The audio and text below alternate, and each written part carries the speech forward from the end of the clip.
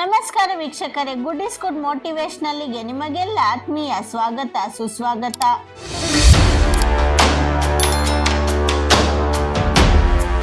ಜೀವನ ಎನ್ನುವುದು ಒಂದು ಲವಲವಿಕೆಯ ತಾಣ. ಅದು ಸದಾ ಜಾಗೃತವಾಗಿರಬೇಕು. ಕ್ರಿಯಾಶೀಲತೆ ಸದಾ ಚಿಮ್ಮುತ್ತಿರಬೇಕು. ಪ್ರತಿಯೊಂದು ಹಂತದಲ್ಲಿಯೂ ನಾನಾ ತೆರನಾದ ಸಮಸ್ಯೆಗಳು ಕಾಣಿಸಿಕೊಂಡಾಗ ಆತ್ಮಸ್ಥೈರ್ಯ ಕಳೆದುಕೊಳ್ಳುವ ಅನಿವಾರ್ಯತೆ ಉಂಟಾಗುತ್ತದೆ. ಇದರಿಂದ ಹೊರಬರಲು ಮಾಡುವ ಪ್ರಯತ್ನದಲ್ಲಿ ಆಶಾಭಾವನೆ ಕಾಣದಿದ್ದಾಗ ಬದಲಿ ಯೋಚನೆಗೆ ಸಿಲುಕಿ ತಮ್ಮ ಪ್ರಾಣ ಕಳೆದುಕೊಳ್ಳುವವರು ಇದ್ದಾರೆ. ಆತ್ಮವಿಶ್ವಾಸದಿಂದ ಜೀವನವನ್ನು ಎದುರಿಸಬೇಕಾದ ಎದೆಗಾರಿಕೆ, ಆತ್ಮಸ್ಥೈರ್ಯ, ಸತತ ಪ್ರಯತ್ನ, ಜಾಣ್ಮೆ ಮುಂತಾದವುಗಳ ಬಗ್ಗೆ ಯೋಚಿಸಿ ಧೈರ್ಯದಿಂದ ಬದುಕನ್ನು ರೂಪಿಸಿಕೊಳ್ಳುವ ಹೆಜ್ಜೆ ಹಾಕಬೇಕಾಗುತ್ತದೆ.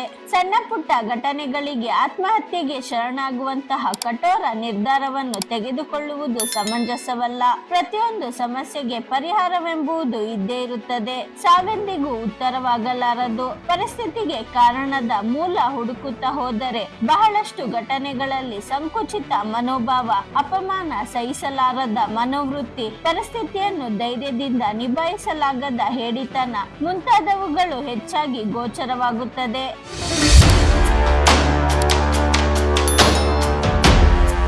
ಕೆಲವೊಮ್ಮೆ ಒಂಟಿತನಗಳು ಆತ್ಮಹತ್ಯೆಯಂತಹ ಪ್ರಮಾದಕ್ಕೆ ಮೂಕ ಸಾಕ್ಷಿಯಾಗುತ್ತದೆ. ಮನದಾಳದ ಅಭಿಲಾಷೆ, ನೋವು, ಸಂಕಟ, ದುಃಖ, ದುಮ್ಮಾನ, ಹಂಚಿಕೊಳ್ಳಲಾಗದ ಪರಿಸ್ಥಿತಿ, ತಂದೆ ತಾಯಿಯರ ಬೇಜವಾಬ್ದಾರಿ, ಪೋಷಕರ ನಿರ್ಲಕ್ಷ್ಯತನ ಮೊದಲಾದ ಮಾನಸಿಕ ದೌರ್ಬಲ್ಯಗಳು ಆತ್ಮಹತ್ಯೆಯನ್ನು ಪ್ರಚೋದಿಸುತ್ತವೆ. ಹಾಗಾಗಿ ಧನಾತ್ಮಕ ದೃಷ್ಟಿಯಲ್ಲಿ ಚಿಂತನ ಮಂಥನಗಳು ನಡೆಯಲೇಬೇಕು. ಏಕೆಂದರೆ ಬದುಕು ಅಮೂಲ್ಯವಾದದ್ದು. ಇಲ್ಲಸಲ್ಲದ ಕಾರಣಗಳಿಂದಾಗಿ, ಹೇಡಿತನದಿಂದಾಗಿ ಬದುಕಿನಿಂದ ಎಂದಿಗೂ ಹಿಮ್ಮುಖವಾಗಬಾರದು. ಎಂತಹದ್ದೇ ಸಮಸ್ಯೆಗಳು ಎದುರಾದರೂ ಎದುರಿಸಿ ನಿಲ್ಲುವ ಆತ್ಮಸ್ಥೈರ್ಯವನ್ನು ಬೆಳೆಸಿಕೊಳ್ಳಬೇಕು. ಈ ರೀತಿಯ ಅಭದ್ರತೆಯ ಭಾವನೆಯಿಂದ ಹೊರಬಂದು ಆತ್ಮಸ್ಥೈರ್ಯ ತುಂಬಿಕೊಂಡು ಬದುಕನ್ನು ಬದುಕಿಸಬೇಕು. ಬದುಕನ್ನು ಬದುಕಲು ಬಿಟ್ಟು ಬಿಡಬೇಕು.